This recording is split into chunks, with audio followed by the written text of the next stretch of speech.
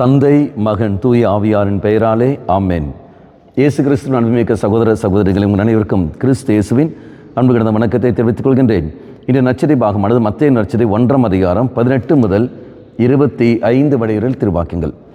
குறிப்பாக இங்கு நாம் பார்க்கின்றோம் யோசேப்புடைய மனநிலை.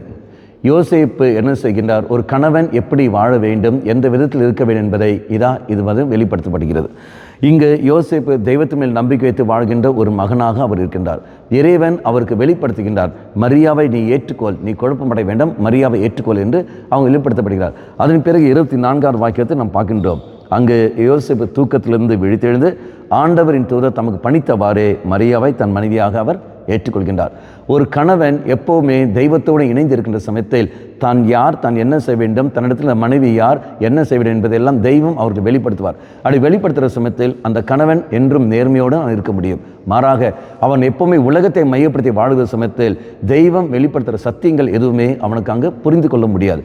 அவன் இறைவன் திட்டங்கள் வெளிப்படுத்துவதும் அதே மாதிரி அந்த கணவன் நீ இறைவனோடு என்றும் இணைந்து இருக்கிறது மட்டுமே தான் அது கிடைக்கும், இல்லை என்றால் முடியாது. அப்போ ஒரு கணவன் எப்படி இருக்க வேண்டும் என்பதையும் எந்த விதத்தில் அவன் செயல்பட வேண்டும் என்பதையெல்லாம் தெய்வம் இதான் இங்கு வெளிப்படுத்துகிறார்.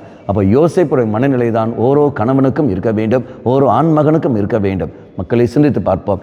நாளை தினத்தில் நான் ஒரு வாழ்க்கையை அர்ப்பணிக்கப் போகிறேன், என்னை நம்பி ஒரு மகள் வரப்போகின்றாள். அப்போ அந்த மகள் வருகின்ற சமயத்தில் நான் எப்படி அந்த மகளிடத்தில் நான் பழக வேண்டும், எந்த விதத்தில் நான் என்னுடைய கடமையை நான் நிறைவேற்ற வேண்டும், இது எல்லாமே தெய்வம் அந்த நபருக்கு வெளிப்படுத்த வேண்டும். என்றால் அந்த நபர் ஆனவர் யோசேப்பை போலவே தெய்வத்தோடு இணைந்து செயல்பட வேண்டும், நேர்மையான ஒரு வாழ்க்கை வாழ வேண்டும்.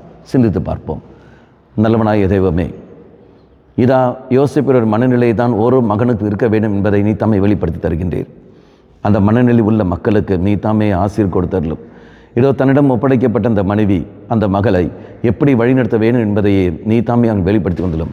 இந்த காலகட்டத்தில் கணவர்கள் சுயநலத்தோடு வாழ்கிறார்கள், மனைவியை வேதனைப்படுத்துவதும் காயப்படுத்துவதுமாக இருக்கிறார்கள். இயேசுவே, இத்தகைய ஒரு மனநிலையிலிருந்து அவர்களை பின்மாற்றி கொண்டு நேர்மையான ஒரு மனநிலை நீ தாமே கொடுத்தருளும். அம்மா மாதாவே, தெய்வ மாதாவே, எங்கள் மாதாவே, என் அன்னையே, விசேஷமாக எங்களுக்காக பரிந்து பேசும். ஆமேன். தந்தை, மகன், தூய ஆவியாரின் பெயராலே ஆமேன்.